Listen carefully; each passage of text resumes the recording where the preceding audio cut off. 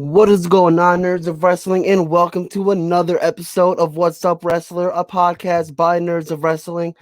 It is I, your host, Justin Del Rio, and my guest at this very time is Miss Reality, Madi Wrenkowski. Maddie, what is going on? How are you today? I'm good. I'm good. Waking up. How are you? I'm doing good. Thank you so much for joining the show today. Uh, I'm extremely happy that you're able to do this, and this is going to be a great podcast. Are you ready? Yeah, I think so. I'm scared now that you asked that, but I think so. No, don't be scared. Don't be scared. We're living through a crazy time right now, and I feel like I'm preaching to the choir every time I ask this question. How are you doing through this craziness that we're going through? Amidst this pandemic, Texas decided to pull a fast one on us and ice over. So, Yeah, I think I'm just taking it day by day at this point. right. And didn't Texas just get hit with like a big snowstorm, or is that just in like one part? No, it's literally like almost all over the state. It's definitely not something that I've seen in my time here. So it's a little surreal to see all the white on the ground everywhere. I mean, I'm from Connecticut. I'm used to it, so we get snow all the time. It's nice to Yeah. see someone else. It's nice to see someone else get snow. Honestly, like who's not used to it. So I'm like, yeah, take that because snow does suck. I hate snow. I do not like it. I hate shoveling it.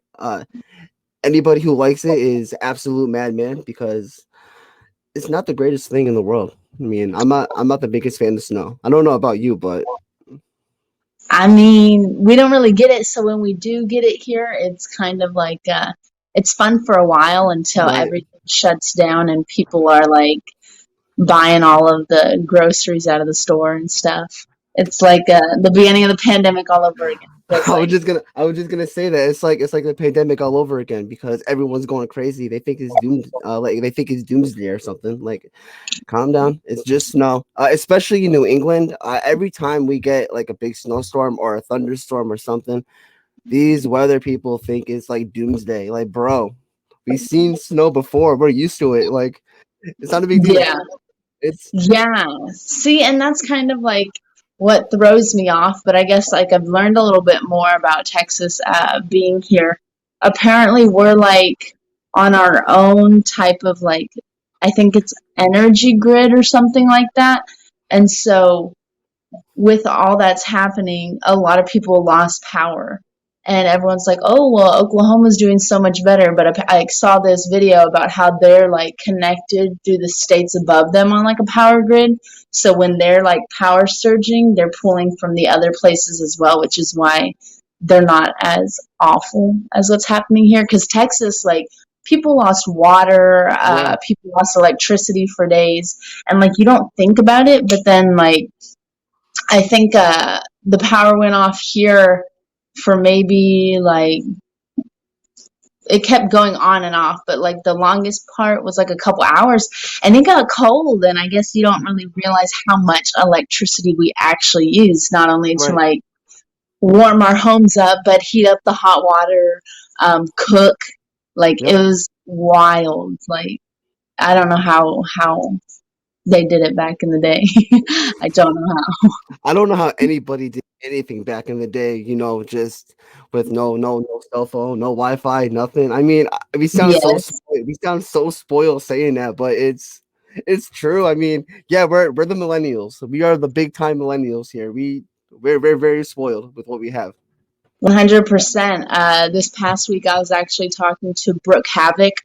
She's one of Cody Rhodes' students at the Nightmare Factory. And I was like, if something happened to me and I didn't have my cell phone, like, I think I know my mom's number um, and my brother's number, and that's about it. Like, I don't know anyone else's number. Like, Oh no. and that's only because they've had the same number since before we had to, like, before we could just save like phone numbers like that. Like Right. whenever we just have the home phones, like they've had the same number since. So I was like, other than that, like I don't know anyone's number. Like, It's the what would I same. do if I lost people's numbers? I would definitely be screwed. It's definitely the same with me. Like I only know my dad's number and my grandma's number. I think that's it. I mean, I say I know everyone's number, but I really don't. It's I gotta look at my No. phone through the numbers. They go, hey, call me. Oh yeah, what's your number again? I forgot to save it, or Yeah, I don't know by yeah, heart. that's my favorite. That's my favorite. Oh yeah, like send me your number. You're like, oh, I already did. I'm like, okay, well, I didn't save it. Yeah, I didn't save it. They're like, wow.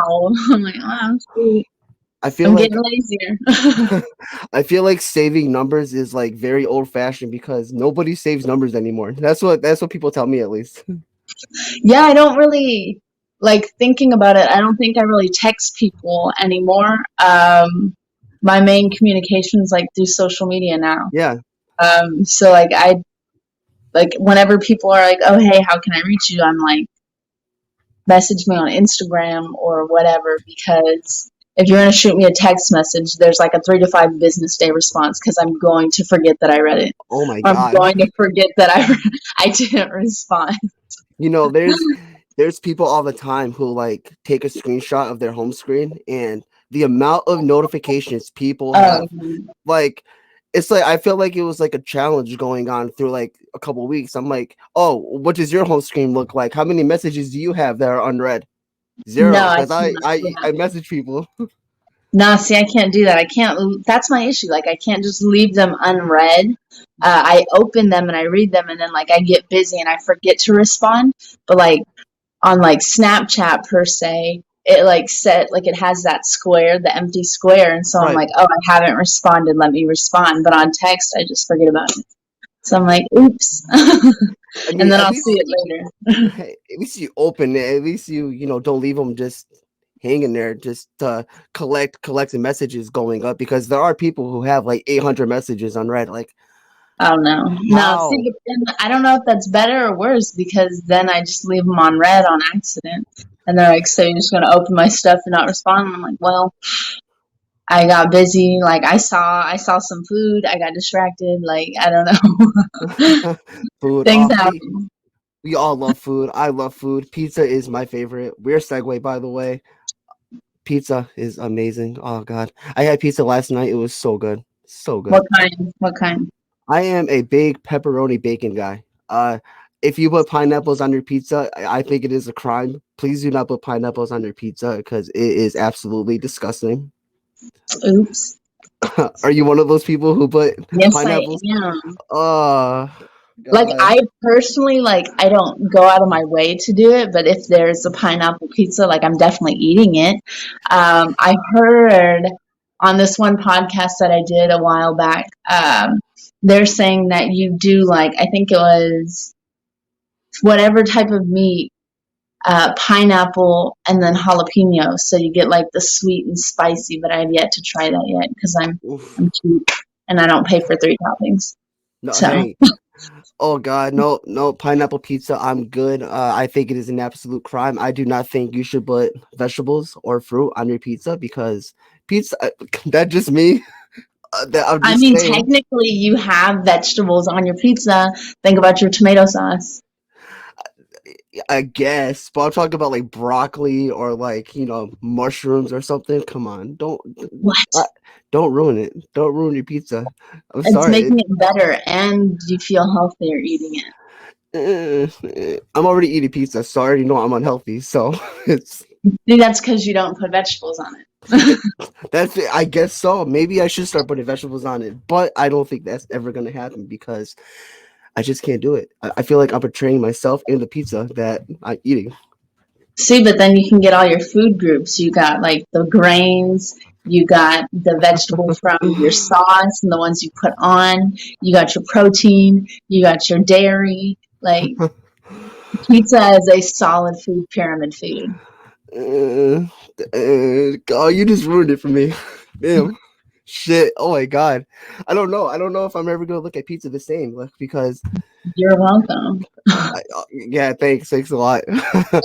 That's how my mom would like I guess not verify, but that's how she would like I guess I guess kind of verify like us eating like burgers. She's like, I mean, come on, it's not that bad. You have all your food groups.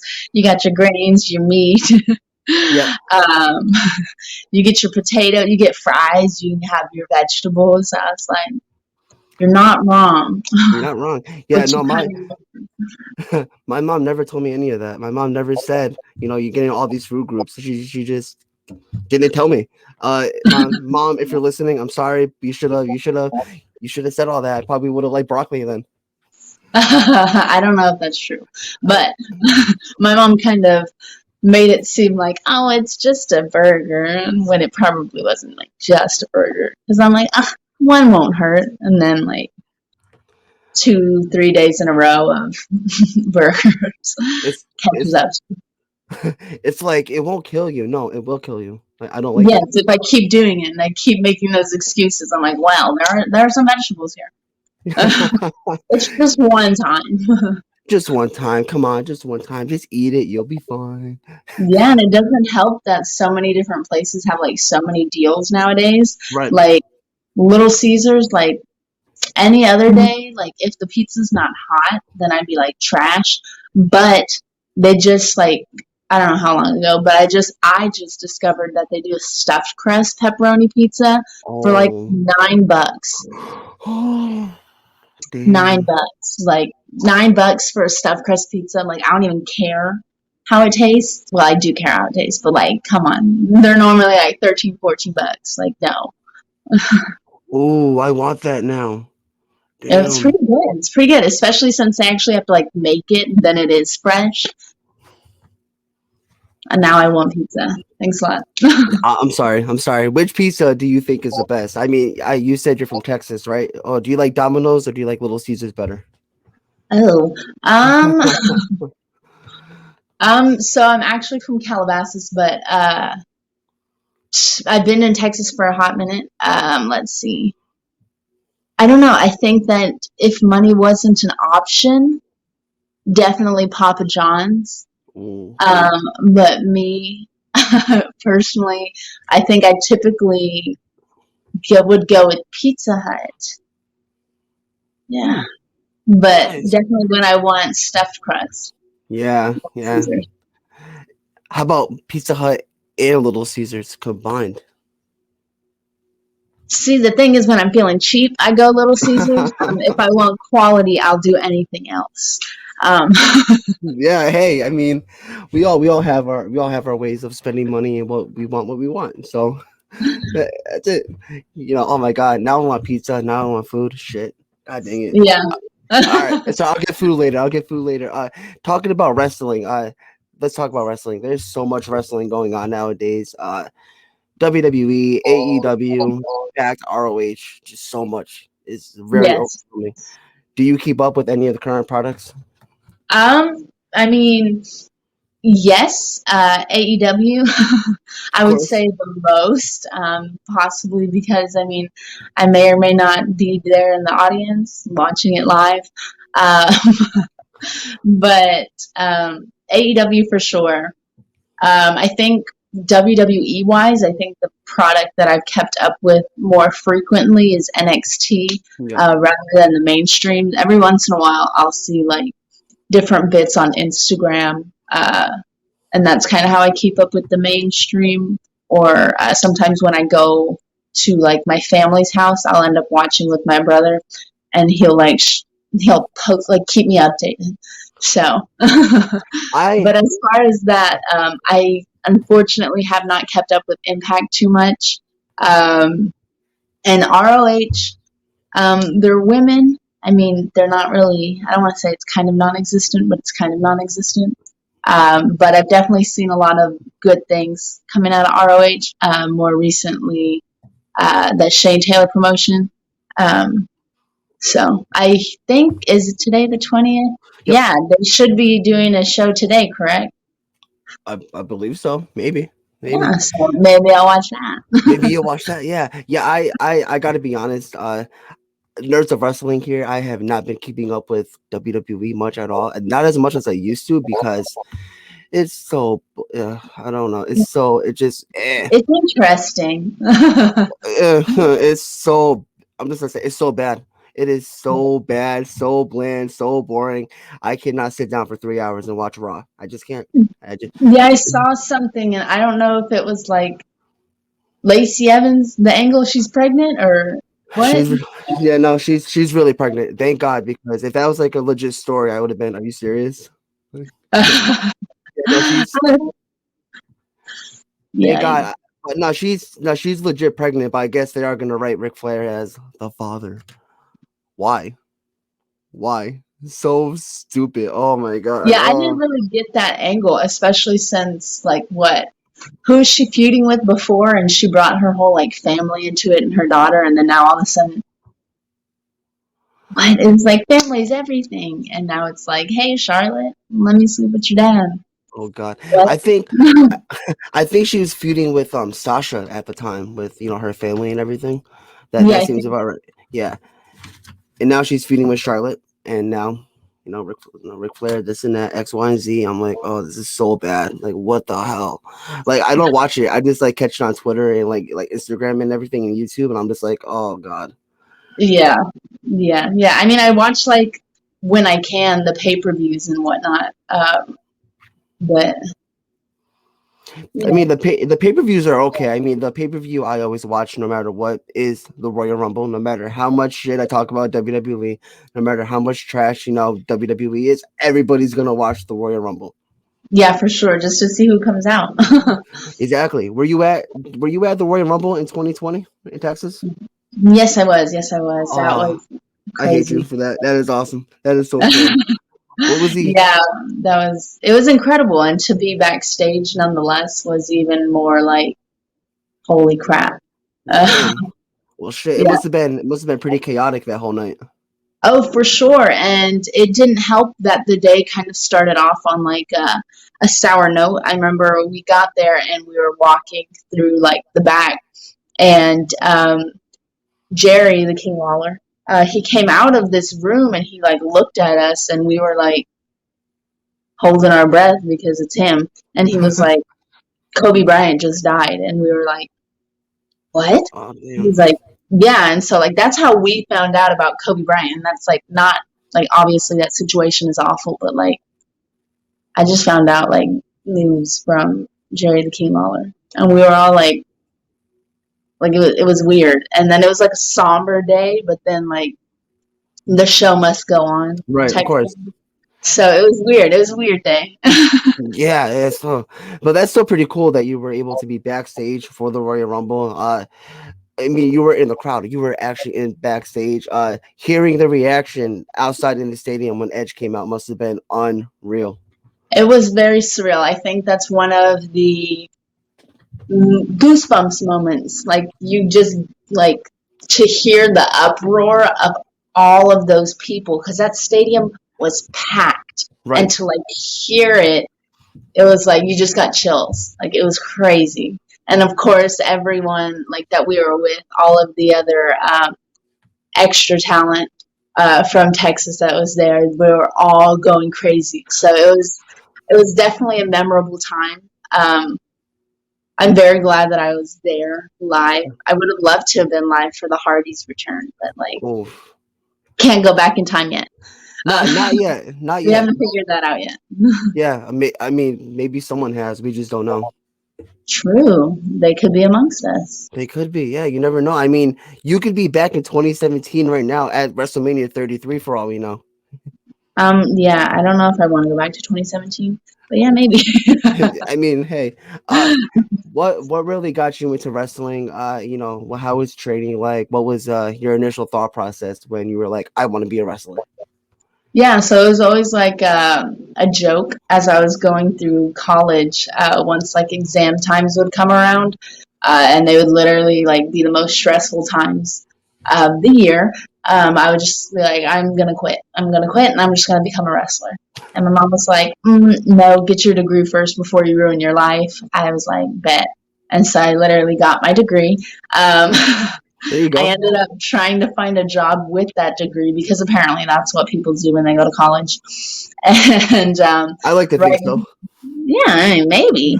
Um, And then, right when I was about to go to where my job was, a volcano exploded. So I took that as fate, and I went to Booker T's fantasy camp because I was like, okay, let me make sure this is something that I want to do. So I went to a fantasy camp at his school in Houston.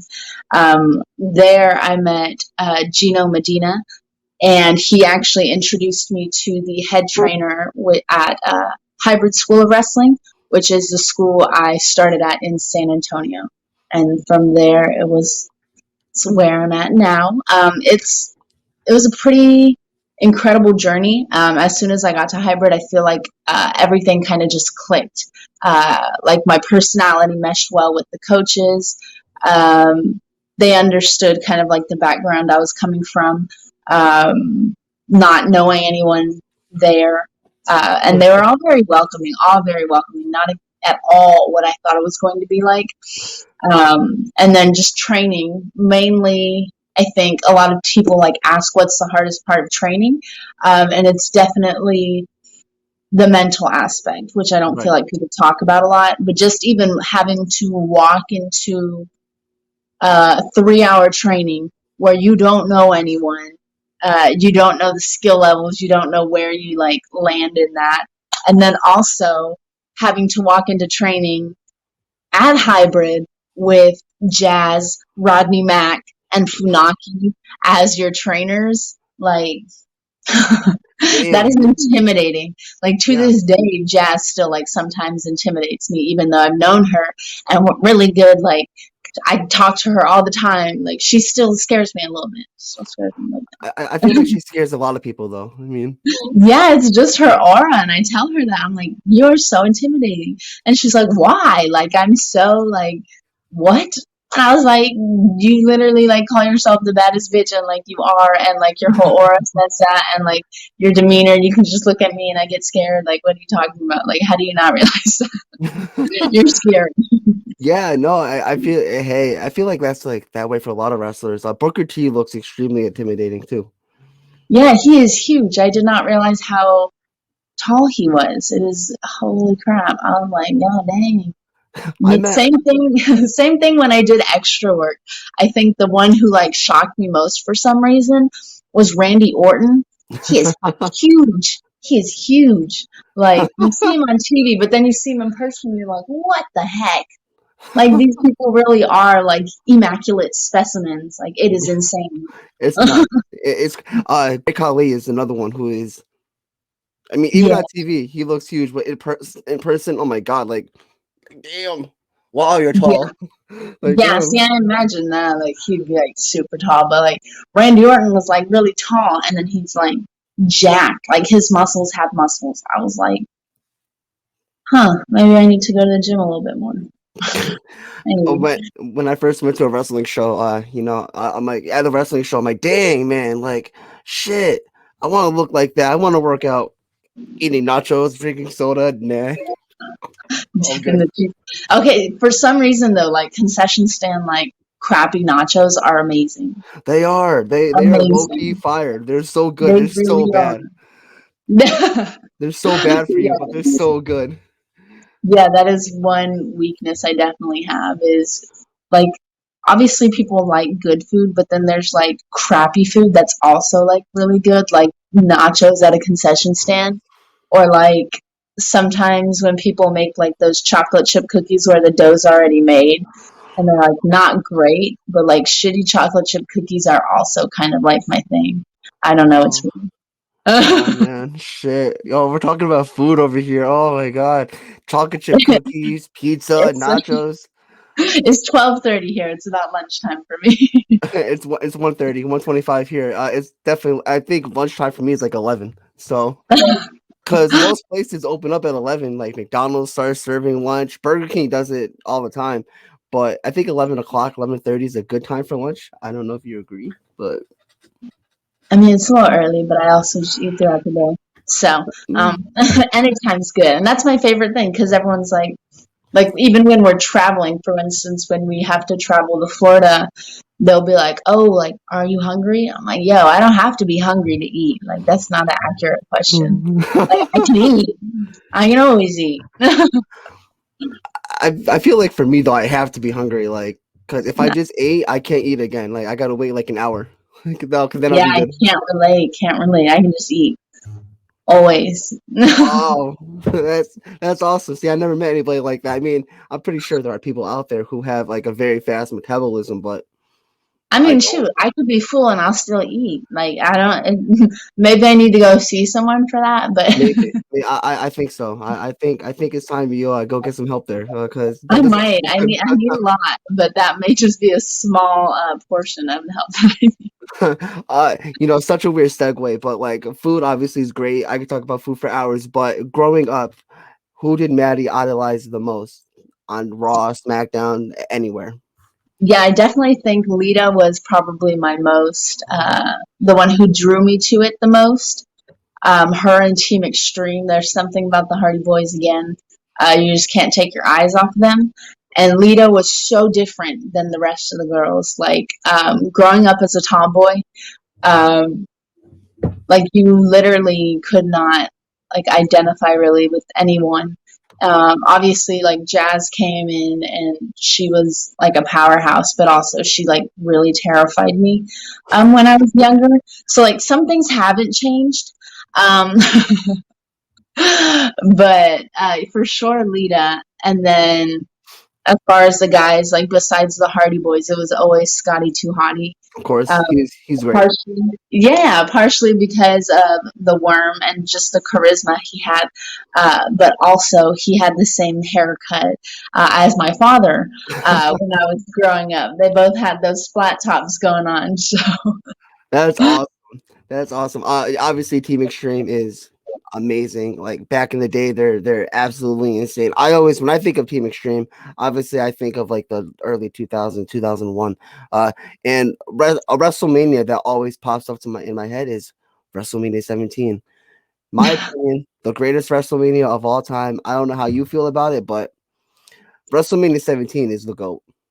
yeah, I love WrestleMania 17. And obviously there was a lot of more WrestleManias after that, but I just but feel yeah, I mean good WrestleManias, but just WrestleMania 17 was just something unreal, and it's to this day, in my opinion, the greatest WrestleMania of all time. Obviously, people could disagree, but that's my opinion, and that's the beautiful thing about wrestling. You don't have to agree; you just got to listen, and you can give your intake after.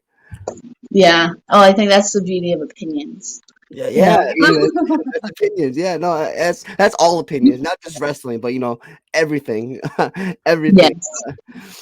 What are some of your favorite WrestleManias? I mean, see, my thing is, I don't really think I have, and as weird as this sounds for me, um, wrestling is more like I feel like more connected. Like obviously there's good matches, but I feel more connected with the moments. Right.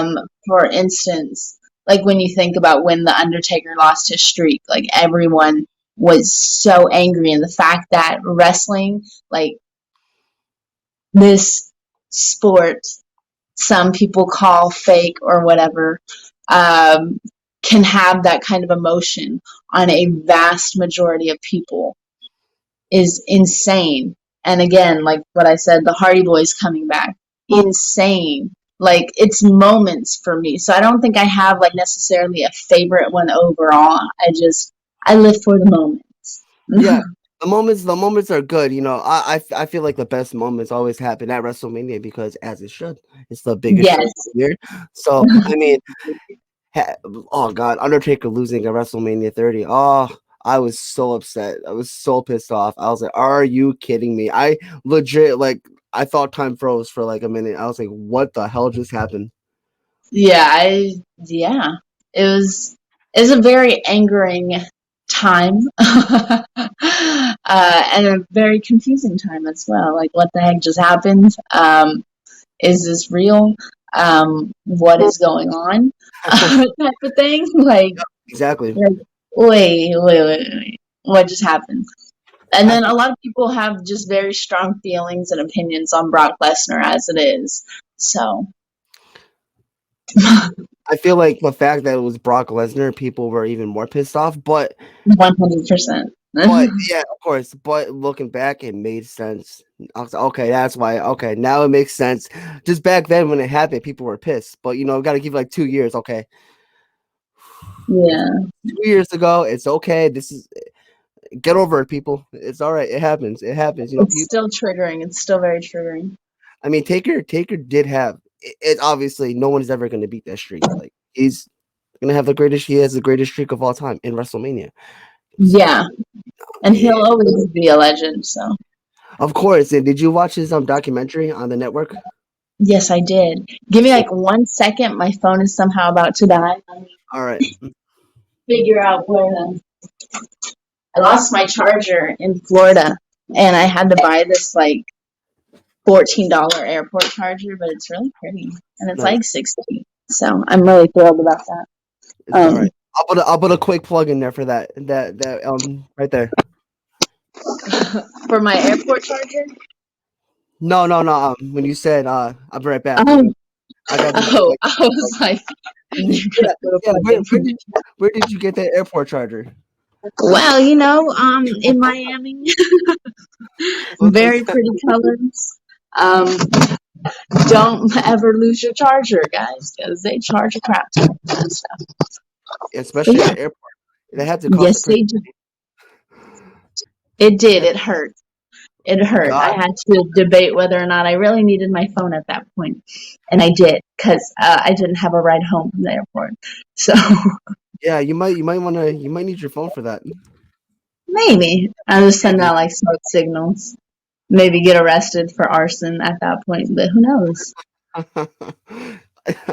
uh, I want to talk more about Maddie. Obviously, you have done a lot in wrestling. In a short amount of time that you wrestled.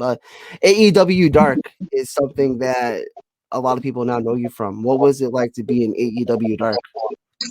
Um, just being at AEW in general is very humbling, and also very terrifying. Being around all of these superstars and just the environment in itself. It's very similar to when we got to do the extra work at WWE back in 2020, but also very different. This time around, we are like involved. We get to train. We get to like interact with these superstars. We get to interact with like the different coaches, such as like Dustin, who is very big on mentorship, which is insane because like that's gold dust, and he's like talking to me like I am a human being, like I'm a wrestler who like earned a spot, not just like as a fan. So I feel like it's very humbling and it's very surreal. Every once in a while, I have to like take a moment and just like take it all in because when you're there and you're in that moment, it's like one thing, but then when you see it on like TV Yeah. or YouTube, it's like okay, that's me. Um, this is a major company. What is happening? Um, but yeah, no, again, it's just very surreal. And I'm very blessed to have this opportunity to kind of showcase myself, my talents against people who are incredible. Yeah. Uh, Definitely, it's a different level than I have been used to, and that's nothing against the Texas indie scene because I think the Texas independent scene is probably one of the best, if not the best, independent scenes that the United States has to offer. It is incredible the amount of talent that we have here in Texas, and also the promotions are amazing. But that's just a side note. These people are just like on another level, obviously. They're signed to these companies, and to get to test myself against them, it's incredible. And so Right. I will forever be thankful for this opportunity and hope that I can work harder for it to become more than just AEW Dark. And all I can do is keep working on myself. Right. Yeah.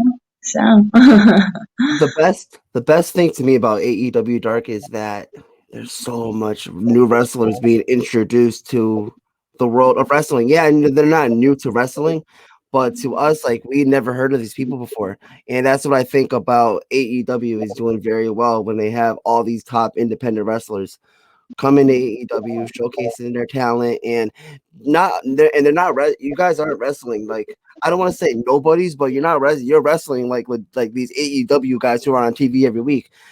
Yeah. Navarro wrestled Ray Phoenix a couple weeks ago. He wrestled Brian Cage. That you wrestled Layla Bates, if I'm not mistaken.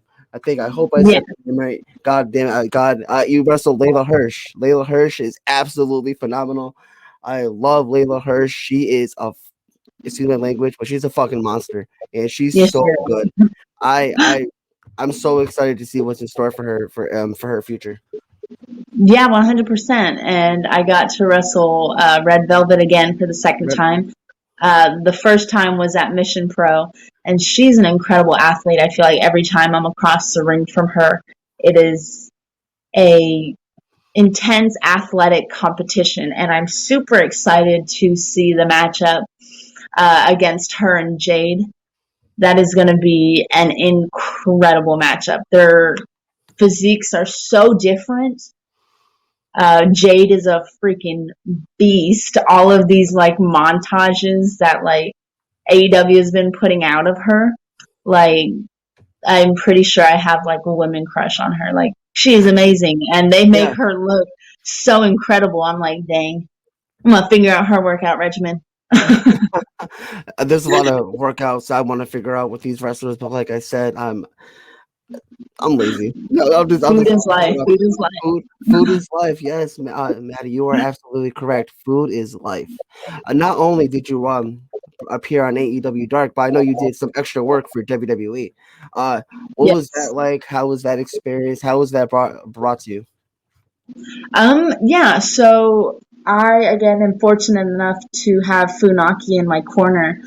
So when they were doing this Texas, I guess, tour, he kind of helped us get in on the extra side. And it was incredible. It is like literally controlled chaos. Like everyone is everywhere moving, like everything. Like I don't know if you know a lot about like memes, but that Yeah. Mr. Krabs memes, like where he's standing and like the whole world is moving around him. Like that's literally what it felt like there. Like everyone's moving. It's all hectic. You feel so small like there. Like you are so minuscule. It is a very humbling experience. And again, these superstars have like this aura about them. And and that may just be like something we build up in our head, but they just carry themselves so highly, and like I don't know, it's absurd for people to talk down on pro wrestling. Like these people are in incredible shape. They are extremely strong. They their body is a product. Like Yeah, they are a product, and this stuff is real. I know a lot of people like to say it's not or whatnot, but it's when you're in there, it is real. Anything can happen. Like I know a lot of people say it's choreographed and whatnot, but it's not to a certain point. yeah, Like it's not exactly. like anything can happen in there. Like Right. the hits are real. Like my advice to anyone who wants to sit there and say that this is fake, get in there and tell me that it's fake. Honestly, yeah, like seriously, I hate when people say it's fake. It's because it's not. I'm not a wrestler. I would never step foot into the ring because I don't want to die. Uh, but I give these wrestlers, I give you guys so much credit because you guys put your body on the line every single time you step foot in the ring, and Yeah, you guys tell all the time these wrestlers are telling an amazing story, and it's so fascinating just to watch. It, yeah. it's just crazy. I And you just think about like Io Shirai, like jumping off the top of the cage in a trash can, like the girl's crazy. I would never do that. If she took the spot, the knees or the feet, or so she took the stop. Well, she had the can over her. I'm like, yo, what the? Yeah, Oh hell no! like Hell, what goes through your mind at that point? Like, oh my god. or one of the spots where Johnny Gargano versus Tommaso Ciampa, where he body slammed him on the concrete. Yeah, no, I just don't understand. Oh, F But Ow. Oh, wow. But yeah, no, again, that experience was incredible. It's definitely something that I'll always remember. Being able to be like in the same vicinity as these superstars. And then again, that is also very early in my career. I was only a couple months into like wrestling at that point. And so it is a very different experience than what I have had at AEW, because now I'm actually wrestling for them. Um, so it's definitely very different being actually like in the ring with the superstars rather than on the outside. But again, they're different experiences, uh, but they're both very informative. Like when I was at WWE, William Regal, of all people, decided to take time out of his day to talk to us and kind of like give us a piece of advice about being in the business and the sacrifices that you make, not only time wise, but with your body. It's just an incredible feeling to think that William Regal, like this man who does not even need to like give us the time of day or a breath of his air, like took the time out of his day during NXT takeover nonetheless Damn. to talk to us. He's an extremely humble person. Like that's an amazing person. Like production crew literally had to like drag him out and be like, man, like we got a show to do. Like get away from these Yeah, extras. come on, Regal, come on, what are you doing? Nah, but to hear that from William Regal must have been like, holy shit, like, did that just happen? Yes, yeah, it was surreal. Like he almost took an hour out of his day. And again, as many know, he is a very, very intricate piece of what makes NXT NXT. And this was UK versus the US American, like US NXT. And so like it was a huge day. They Yeah, had superstars everywhere. This show has to be like, especially at that point when it was like pre-pandemic, when everything was live and the whole stadium was packed. right. Like pre-pandemic live shows, nothing can go wrong, and he's taking an hour out of his day before the show to talk to us. Like that says a lot about him as a person, and I guess the love he has for the business. So it was incredible. And then at AEW now, there's definitely a lot of people who will sit there and talk to you. One person in particular that I definitely have gotten to ask a lot of annoying questions to, and advice while I've been there is Eddie Kingston. Oh god, Um, he's a goat. Oh, Eddie Kingston's a beast. yes, I was fortunate enough when I went to Hybrid. They brought him in for a seminar. And so when I was at AEW, I was like, hey, man, just wanted to introduce myself. You were my first seminar I ever had when I started professional wrestling. And he was like incredibly amazing about it. Like, I almost had a heart attack, like just going up to him and like trying to ask him questions, um, just in general. But he was so welcoming, and every single time that I've been there since, um, he's just been very welcoming, very forthcoming with knowledge, advice, um, and it's amazing. And like I can ask him to watch my stuff, watch the match, and he's an amazing person, and he literally is one of the realest people you will probably ever meet in the business. And segueing off of that, taking over your thing. It's all good. I It's think okay. he's definitely, again, he was one of my first seminars. And I think he's definitely kind of the one who brought out Miss Reality. Like Miss Reality, it is me. Like it is me. It is a genuine character. But one of the biggest pieces of advice that I think I took from Eddie Kingston during that seminar is that when you are wrestling, especially cutting promos, you have to be real about it. If you're not real and you're not a genuine person, like you're not gonna, your promos aren't going to be anything. Like you have to talk, and you have to talk real, and you have to not be afraid to say something, even if it makes someone else mad. And so I think he kind of gave me that confidence to be who I really am. And so being Miss Reality. I think I'm taking a piece from Eddie Kingston in that regard. And then one of my more like favorite wrestlers, which everyone thinks is weird, is Enzo Amore, and as everyone knows, he's the realest guy in the room. Oh, God. So I think a lot of my influences are Eddie Kingston, Enzo Amore, and of course the Kardashians. I think they've all allowed me to see almost that it is okay to be who you are. People are going to say what they're going to say regardless of what you're doing, good or bad. And so you just got to keep being real. And that's exactly what I do day after day. If I have an issue with someone, I'm going to tell them. If they don't like that, if they're not going to say anything back or they're not going to do anything back, then that's not my problem anymore. So. Wow. Gee, great take on all that. I loved it. Except for Enzo Amore. No, but hey, that's your opinion. He's the favorite wrestler. I can't say anything about that. Who am I to say? Like, who am I to be like, oh, why? Why do you like him? Why? You know? Well, yeah, and I think at that point, it has nothing to do with his wrestling abilities. Let me tell you that. But again, like I told you for the WrestleMania thing, it's about the moments. And I think that he does an amazing job at being real. He is such a genuine person. That's who he is. What he portrays on screen is what he is. And so you almost are drawn into him every time he's on the screen. Like, what is he going to say next? For instance, one of the things that I recall the most is that 205 roasting is what I call it. When he literally was just in the ring roasting every single member on the roster of 205 Live.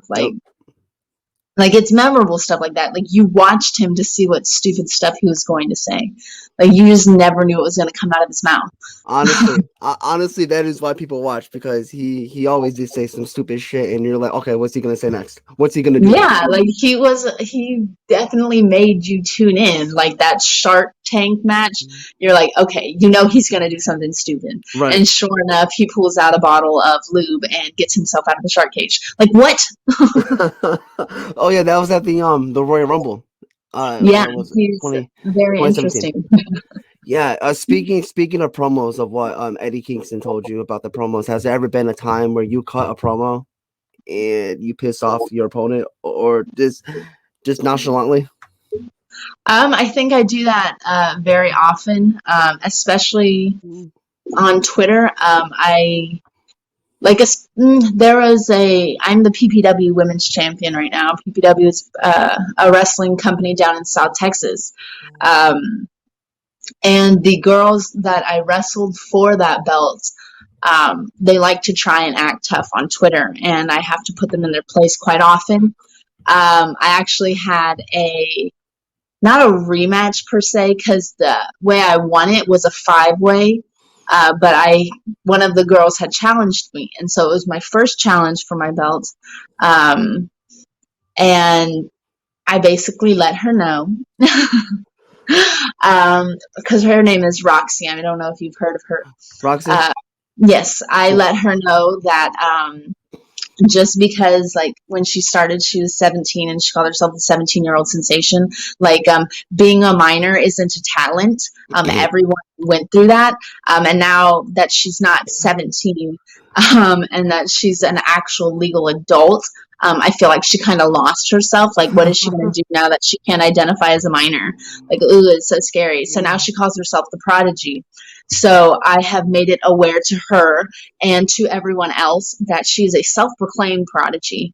And that's how I feel about it. And so she took offense to that, and she tweeted at me that she was going to block me on Twitter. And my response to that is just like, okay, like, I'm still going to see you next week. Like, go ahead. Like, what? You're going to block me on Twitter? Like, oh no. Ow. Like, don't. Like, what do you want me to say to that? I mean, there's not much you can say. Just, okay, whatever. Like, bye. Yeah, and then she responded to another tweet. I'm like, girl.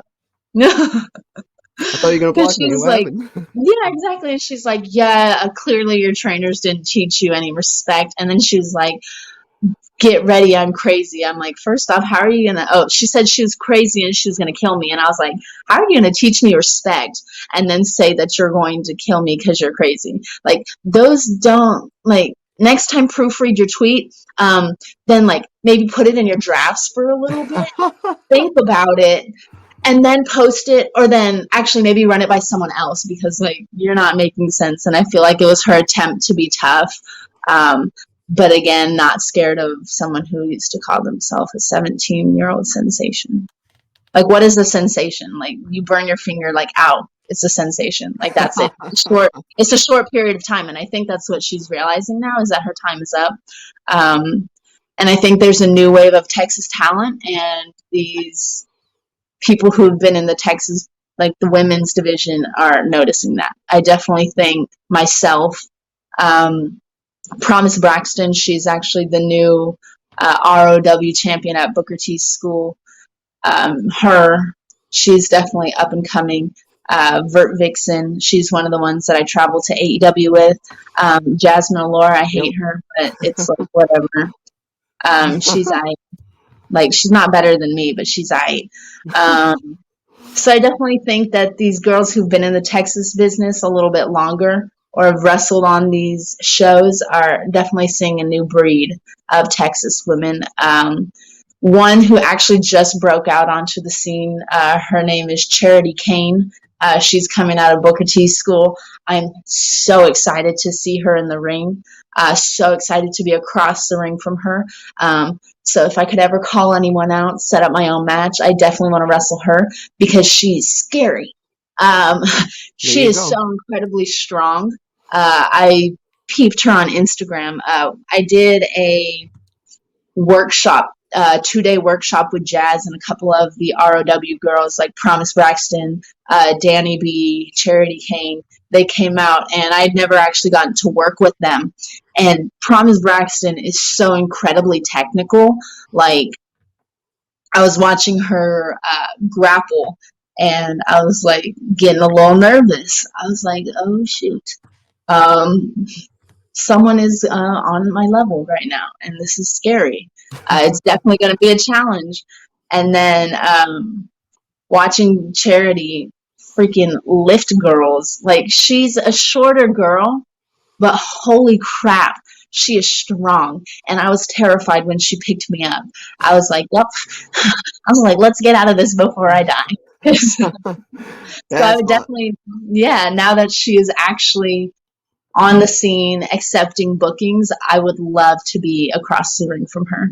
I think it would be a good test of my ability. She is definitely a strong wrestler, very powerhouse, I think. And it would be a challenge for me. Because a lot of girls that I wrestled, they're shorter than me, but like stature-wise, they're pretty similar. But she is a beast, and I think it would definitely test my hybrid wrestling style. I definitely want to see that now, and I think everyone watching and listening is like, "Yo, that match has to be booked like now." Like, yeah, I know. So when are we gonna get it? when this airs, we gotta at Cherry King and let her know that. Yeah, 100%. It's time for a dose of reality. Like, I gotta welcome her to the wrestling world. Hell the right yeah. Way. I can't wait. I definitely can't wait to see that, hopefully in the near future. And I feel like a lot of nerds are very excited for that. But definitely, Maddie, I want to say thank you so much for coming on the show today. This has been a lot of fun. I definitely got to have you on again sooner rather than later. And I 100% hope to meet you in the future, because that has to happen. Yeah, for sure. I mean, like, talk to your local promoters. Yeah, I got you. But, of course, drop those plugs. Where can the nerds find you? Yes, so I am on Twitter, Instagram, Facebook, all under Madi _Wrenkowski. That's MADI _WRENKOWSKI. If you can spell it, you can find it. On those, I actually have my merchandise website, which is Big Cartel, and it is actually in the bio of all of those, so you can find merchandise there. We're actually looking to expand that site a little bit more, so just keep your eye out in the next month or so. There you go. Definitely check out Madi Wrenkowski, everybody. And this has been an episode of What's Up, Wrestler. Thank you, everybody, so much. Peace out.